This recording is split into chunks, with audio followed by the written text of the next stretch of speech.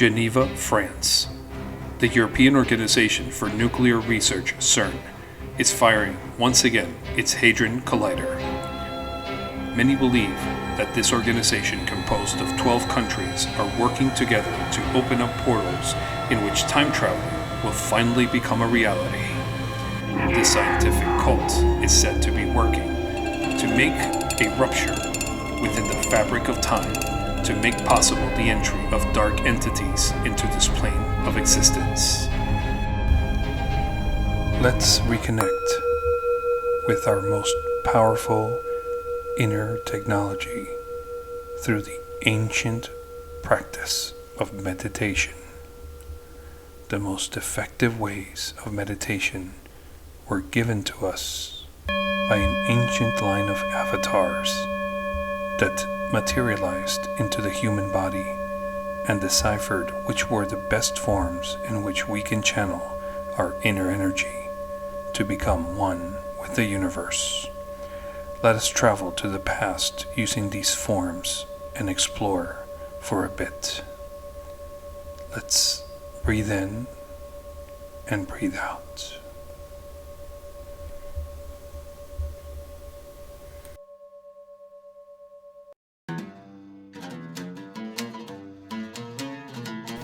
The year is 27 AD, and we find ourselves within the Mount Sinai Peninsula.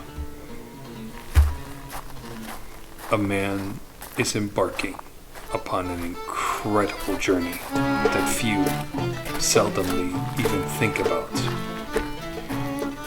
His name is Yeshua ben Pandita, or today better known as Jesus of Nazareth. He knows what his outcome will be. It's a suicide mission. Yet, he embarks it completely conscious and aware of the fate that awaits him. Very few actually seldomly really commit to fulfilling their own journey. But this man renounced all of his worldly pleasures to become the most powerful solar deity the world has ever seen. Our sun could very well be our God, venerated, worshipped throughout centuries by ancient civilizations. It still shines an incredible light. Millions of tourists flock to Jerusalem streets in order to feel what this man felt, this monomyth, this sun god. But unfortunately, this has been reduced to trinkets and souvenirs that attract millions of tourists yearly to just try to get a glimpse, unfortunately, all in the wrong places. Churches have been erected, monuments to this incredible man's suffering, and little do people realize that the majority of the locals are still waiting for their Messiah.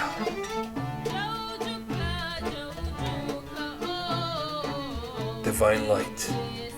Divine light is the first thing one feels when you enter these incredible architectural wonders created, all to venerate this solar deity.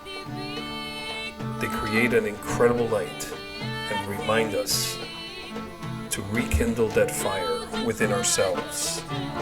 Unfortunately, humanity is still playing this game of hide and go seek, in which we believe that the light contained within us is outside in these temples, in these structures that have nothing to do with the most incredible monolith the world has ever venerated, Jesus Christ. The cross, although worshipped and the most powerful symbol, is an incredible symbol of torture And it still reminds us how we, unfortunately, with our hands, destroy everything that is holy when we see an avatar figure like Jesus Christ. It attracts us because it reminds us of ourselves.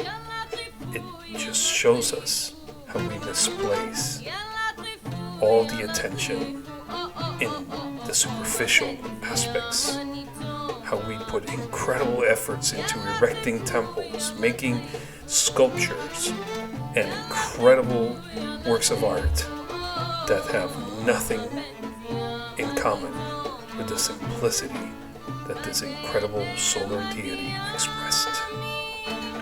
Opulence, shininess, ornate paintings, and all the paraphernalia that these religions create have nothing to do with the solar deity. The sun is what really is being worshipped here. The 12 apostles are the 12 months of the year. The way the sun rises and the way the sun falls and it rises again. It's a perfect story that has been translated. It's been humanized. But if one looks who can really walk on water, it's not Jesus Christ, but the sun itself. The sun itself is the miracle of life. It's what attracts every single one of us. It's what makes us wake up every single morning and makes us take a big breath and venerate this incredible solar God. The sun is the source of all cosmic energy.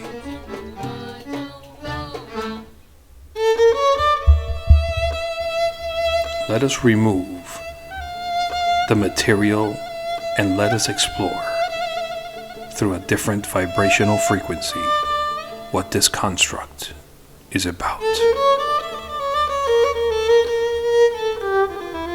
A way that I started to explore what Jesus was made up of was after reading so many different things, manifesting all these ideas through a painting.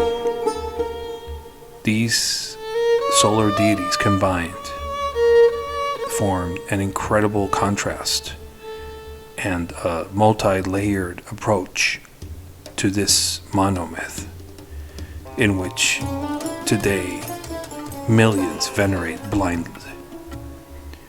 Krishna in India, a solar deity, a complete contrast to the Christian pessimistic and almost completely visceral Jesus. Krishna is a total embodiment of happiness, joy, beauty. Maybe the Indians had it right. If we look in Egypt, we have solar deities also. Horus, exploring mysteries, has always been one of Jesus' main concerns.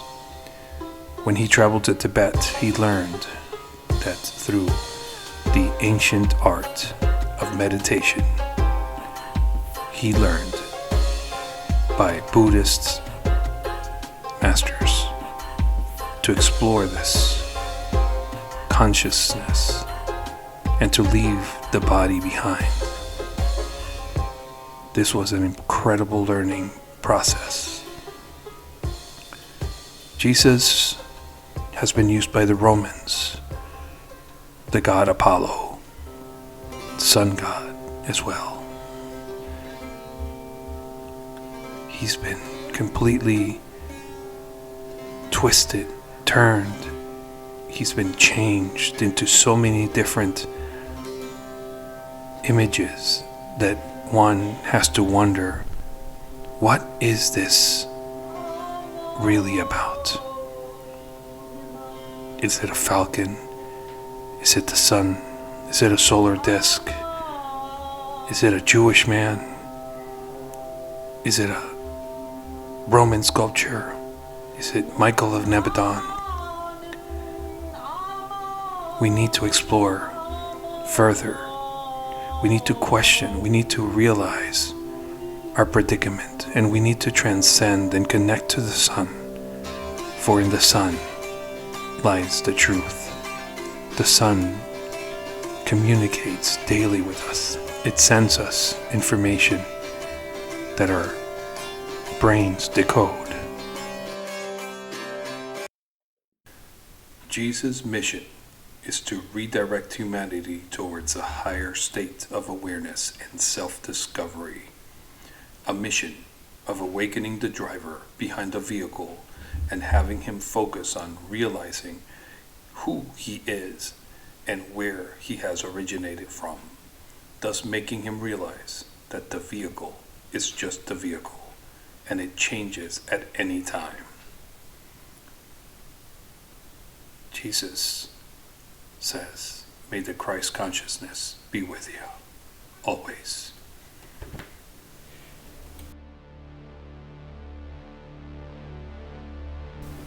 Jesus is an encapsulation of an energetic message coming from a different plane of existence, a higher level of blissfulness trying to make its message permeate through an avatar figure to directly alter and counteract a mostly pessimistic outlook on life by us humans passing through this material plane of existence.